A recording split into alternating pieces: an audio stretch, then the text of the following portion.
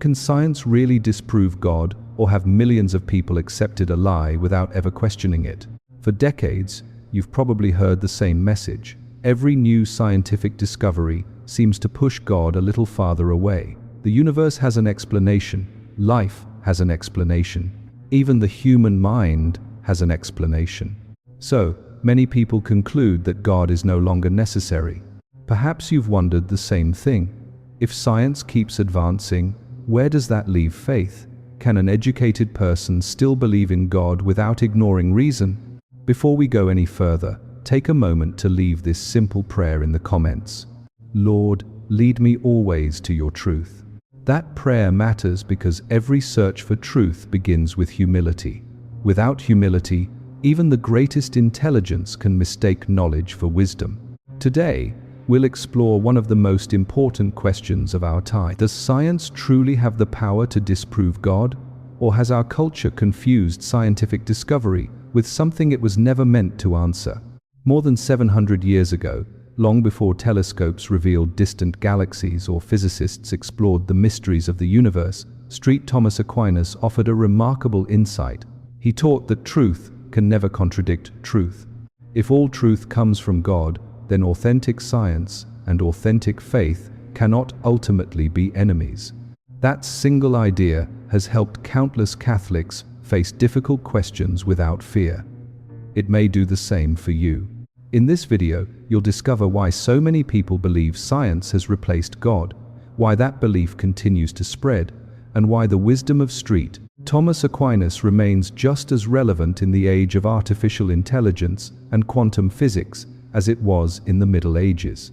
Stay with us until the very end, because one forgotten principle from St. Thomas Aquinas may completely change the way you think about science, faith, and the God who is the source of them both. If you're seeking thoughtful Catholic content that strengthens both faith and reason, be sure to subscribe to Catholic Faith Explained. This journey is only beginning. If you've ever felt that science is slowly pushing God out of the picture, you're certainly not alone. Over the past century, millions of people have come to believe that humanity has finally outgrown the need for a creator. Each new discovery seems to reinforce that conclusion. The Big Bang explains the beginning of the universe. Evolution explains the diversity of life. Neuroscience maps the human brain. Artificial intelligence imitates human reasoning. To many, it appears that science is answering every question that faith once tried to explain. At first glance, that conclusion can seem convincing. After all, if science can explain how stars are born, how DNA carries genetic information, or how the brain processes memories, what room is left for God? Perhaps you've heard someone say, "We don't need God anymore because science has the answers." Or maybe a son, a daughter, or a grandchild returned home from college with difficult questions. Hasn't evolution disproved Genesis? Isn't consciousness just electrical activity in the brain? Didn't the Big Bang eliminate the need for a creator? These are not imaginary conversations. They are happening around dinner tables, in classrooms, and even within faithful Catholic families. Sadly, many believers begin to feel as though they must choose between their faith and modern knowledge. Some stop asking questions because they fear the answers. Others quietly drift away from the church, convinced that Christianity simply cannot keep pace with scientific progress. But here's the question few people ever stop to ask. What if science has never claimed to disprove God in the first place? What if the real conflict is not between science and faith, but between faith and a modern way of thinking that asks science to answer questions it was never designed to answer? That possibility changes everything. Before examining the Big Bang, evolution, or the mysteries of the human mind, there's one essential distinction you need to understand. Without it, every conversation about science and God becomes hopelessly confused. And remarkably, St. Thomas Aquinas understood this distinction more than 7 centuries ago. His insight remains one of the most powerful keys to resolving the apparent conflict between science and faith, a conflict that may never have truly existed at all. Before answering whether science can disprove God, you first need to understand one distinction that changes the entire conversation. Most people use the word science when they actually mean something very different. Science is one of humanity's greatest achievements. The Catholic Church has never opposed authentic science. On the contrary, the Church has encouraged the careful study of creation because every truth discovered about the universe reveals something about the wisdom of its creator. But there is another idea that often disguises itself as science. It is called scientism. Scientism is not science. It is a philosophy. It is the belief that science is the only reliable path to truth, and that if something cannot be tested in a laboratory or measured by an instrument, it either does not exist or does not matter. At first, that idea may sound reasonable, but think about it for a moment. Can science measure justice? Can it place love on a scale? Can it calculate the value of forgiveness? Can a microscope detect beauty? Can a telescope observe hope? Of course not. Yet no reasonable person would argue that justice, love, beauty, or hope are merely illusions because they cannot be weighed or measured. Science is wonderfully equipped to answer questions about the natural world. It asks how things happen. It observes, tests, compares, and measures. That is exactly what makes science so powerful. But there are questions that lie beyond its reach. Why does anything exist instead of nothing? Why should human life possess dignity? Why is truth worth seeking? Why does the human heart long for meaning that no scientific formula can satisfy? These are not scientific questions. They are philosophical and theological questions. The problem begins when people expect science to answer questions it was never designed to answer. When that happens, disappointment often turns into confusion, and confusion becomes the illusion that science has somehow disproved God. More than 700 years ago, St. Thomas Aquinas recognized this mistake. He understood that every field of knowledge has its proper place. Science explores creation, philosophy seeks ultimate causes. Theology contemplates the one who is the source of all truth. Rather than competing with one another, they work together like different instruments in the same symphony. Each has a unique role. Together, they lead the human mind closer to the fullness of truth. And once that distinction becomes clear, the greatest scientific objections to Christianity begin to look very different. The first example may surprise you, because the story begins not with an atheist scientist, but with a Catholic priest. Let's begin with one of the most common objections. If the Big Bang explains how the universe began, then why do we still need God? For many people, this question seems to settle the debate. They assume that once science discovered the origin of the universe, the Creator became unnecessary. It sounds logical until we look more closely. Here's the surprising part. The scientist who first proposed what we now call the Big Bang theory was not an atheist trying to eliminate God from the equation. He was a Catholic priest. Father Georges Lemaitre was also a brilliant physicist and mathematician. After studying the expansion of the universe, he proposed that the cosmos had a beginning, a moment, when all matter and energy emerged from an unimaginably dense state. At the time, many scientists resisted his idea because they preferred to believe the universe had existed forever. Ironically, one of the greatest scientific discoveries of the 20th century was first championed by a Catholic priest. But Father Lemaitre also understood something that is often forgotten today. The Big Bang is a scientific explanation of how the universe developed from its earliest observable state. It is not an explanation of why the universe exists in the first place.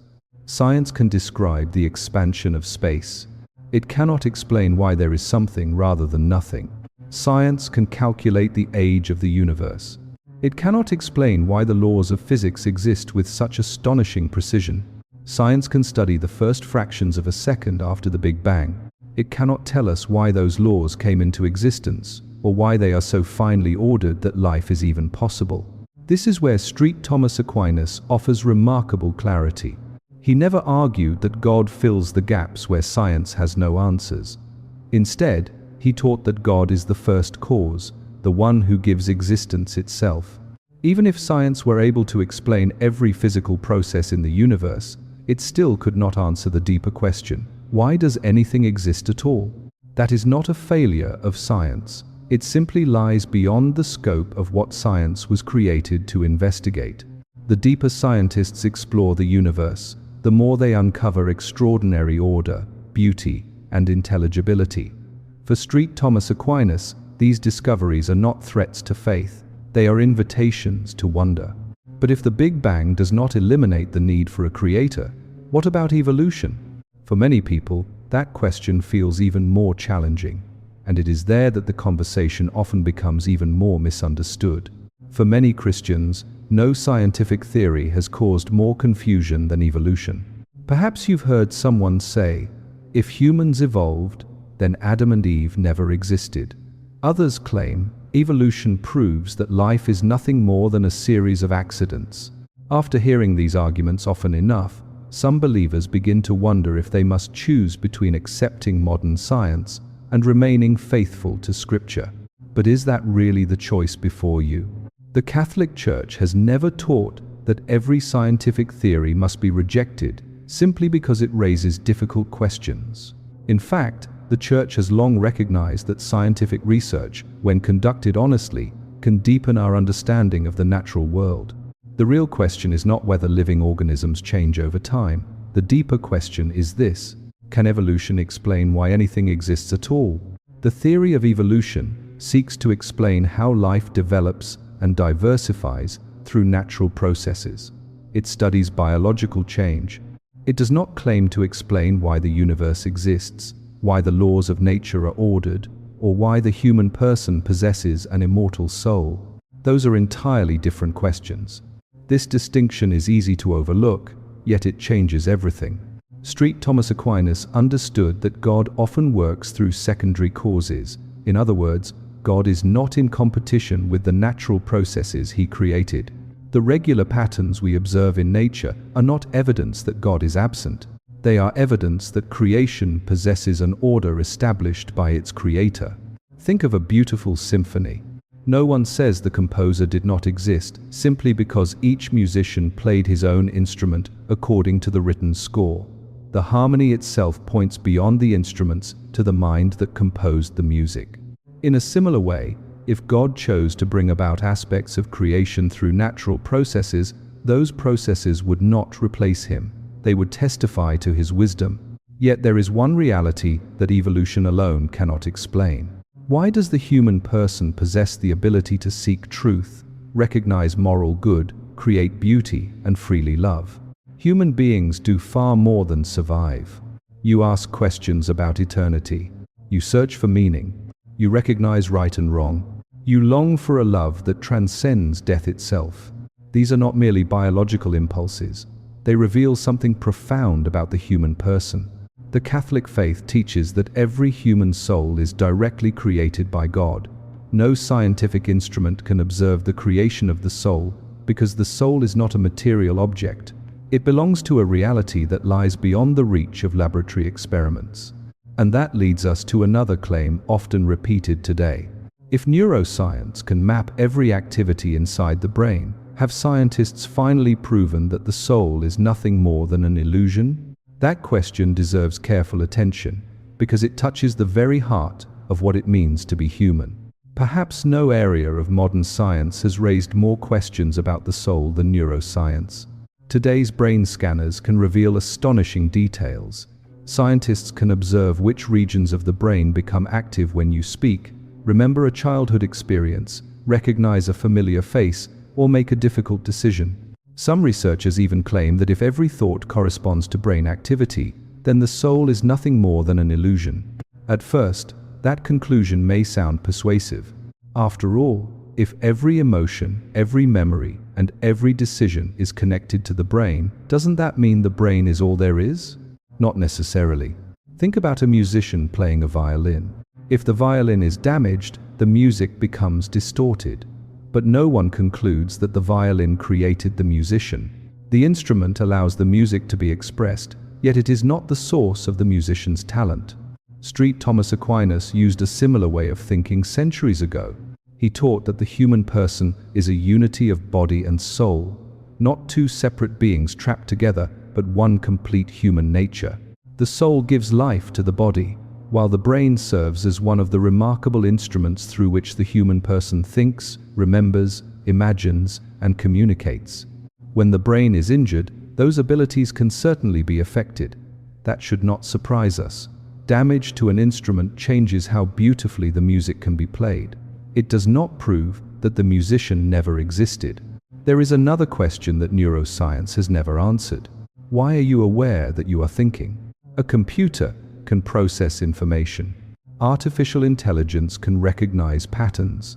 But neither experiences truth, beauty, love, or moral responsibility in the way a human person does. You do not merely calculate. You understand. You do not simply react. You freely choose.